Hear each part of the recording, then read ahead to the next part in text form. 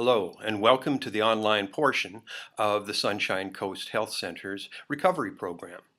My name is Paul McIsaac, and I'm one of the clinical counselors here. This video is the third in a series on addiction and emotions. Researchers once believed that the reinforcing effects of drugs were responsible for drug abuse and addiction. These effects included the anticipation of pleasure from the drugs and the fear of discomfort or worse from their withdrawal. This position was supported by studies that showed drug abuse had significant effect on the dopamine system, that part of our brain that regulates our emotional responses and provides us an emotional reward for continuing our drug use.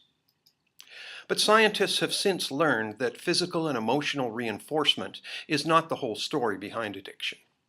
More recent studies in humans and animals have shown that the repeated drug use changes the frontal cortex, a highly evolved part of the brain that regulates our cognitive abilities, like decision-making, inhibition, planning, and memory.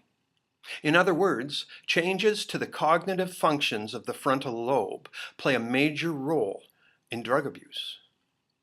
These findings may explain why not all drug users get addicted, or why many drug users relapse after long periods of abstinence, or how prevention and treatment can be customized to suit individual vulnerabilities. For some time, scientists have observed that many people addicted to drugs, like cocaine and marijuana, appear to have frontal cortex abnormalities, and considered these to be the side effects of drug abuse. Research had already shown that patients with frontal cortex damage had impaired decision-making abilities. Believing that disruptions in the frontal cortex of drug abusers might be responsible for their impaired decision-making and behavioral inhibition, researchers set out to explain the compulsive drug seeking so common in addiction. After testing drug abusers' decision-making abilities, they reported that the drug abusers did make poorer decisions than non-abusers. Researchers were then able to divide drug abusers into three groups based on the effect of addiction on their frontal cortexes. About 35% showed no decision-making impairment, but about 25% responded by choosing a higher immediate reward, despite knowing that this would be unprofitable to them in the long run, the same as patients with frontal lobe damage from other sources.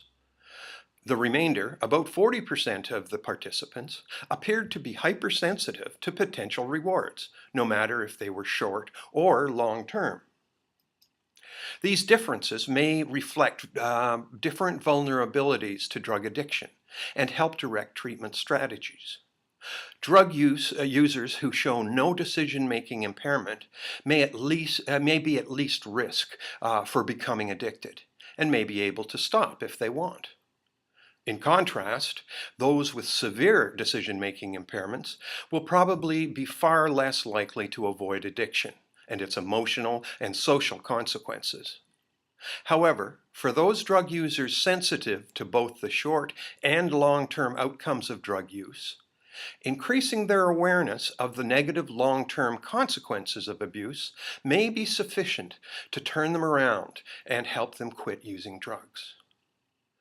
This is Paul McIsaac for the Sunshine Coast Health Center's recovery program.